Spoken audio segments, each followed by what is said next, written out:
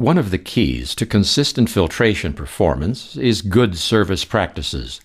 With this in mind, the Donaldson Company has prepared these step-by-step servicing guidelines. Here is a brief review of the pictograms that are printed on the side of Donaldson filters. Do not use tools. Clean the filter base. Fill with oil. Lubricate the gasket. Lubricate threads. Hand tighten. Tighten the filter according to the instructions printed on filter. These are global recycle pictograms. When performing a hydraulic oil change, it is best to use a clean cloth and clean oil funnel to avoid introduction of contaminants during the servicing process. The following service steps, which are provided for training purposes, are universal to many hydraulic systems. Donaldson recommends, however, that where possible you follow the filter service instructions supplied by your original equipment manufacturer. As the first step before filter installation, verify that the OEM specified service interval has been reached, or that the service indicator shows that filter change is due. Secondly, check the new filter you will be installing for any shipping or handling damage. Do not install a dented filter since the canister has been weakened at that point. Thirdly, be sure the system is turned off and that there is no pressure present. Step 4 is to remove the spin-on filter. Properly dispose of the filter as may be required by local regulations, or recycle it. Step 5 is to clean the surfaces of the filter head or cover.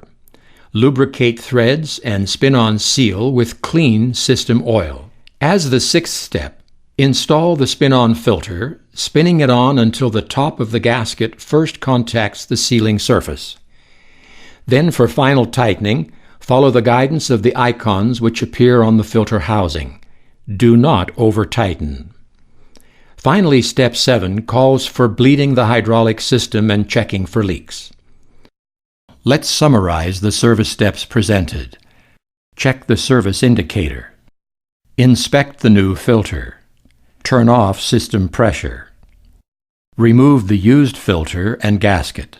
Clean the filter mounting head. Lubricate the filter gasket. Install new filter per instructions. Bleed hydraulic system and check for leaks.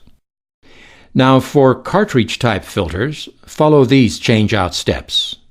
Step 1 is to verify that the filter is due for change-out, either as indicated by the original equipment manufacturer or specified by the service indicator. As step 2, ensure that the hydraulic system is turned off and check that there is no pressure present. Thirdly, unscrew the housing and remove the cartridge.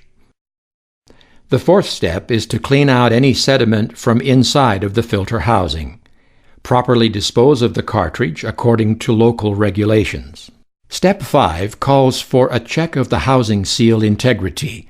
Then lubricate the seal and the threads with clean system oil. In step 6, lubricate the new filter cartridge O-ring with clean system oil and install the filter into the housing.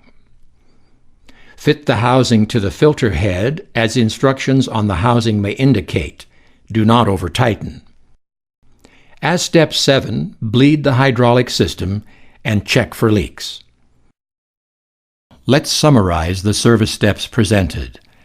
Check the service indicator. Turn off system pressure. Remove the used filter and gasket. Clean the housing seal area and cap. Install and lubricate O-rings, gaskets, and housing seals. Install new filter per instructions. Bleed hydraulic system and check for leaks. And now steps for replacing in-tank filters. The first step is to confirm that the filter changeout is due as specified by the original equipment manufacturer or as shown by the service indicator. Step 2 is to turn the system off and check that there is no pressure present. Step 3 is to remove the cover and remove the filter element as gently as possible. Avoid contaminant dropping into the clean side of the housing. Properly dispose of the cartridge, seal, and spring. In Step 4, clean out any sediment from the inside of the housing. The fifth step is to clean out any sediment from the cover and lubricate the seal. For Step 6, lubricate the filter O-ring with clean system oil and install the filter element. Refit the cover following any instructions given. Finally, bleed the hydraulic system and check for leaks.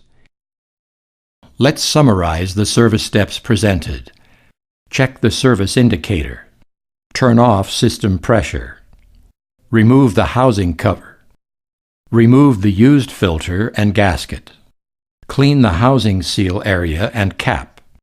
Install and lubricate O-rings, gaskets, and housing seals.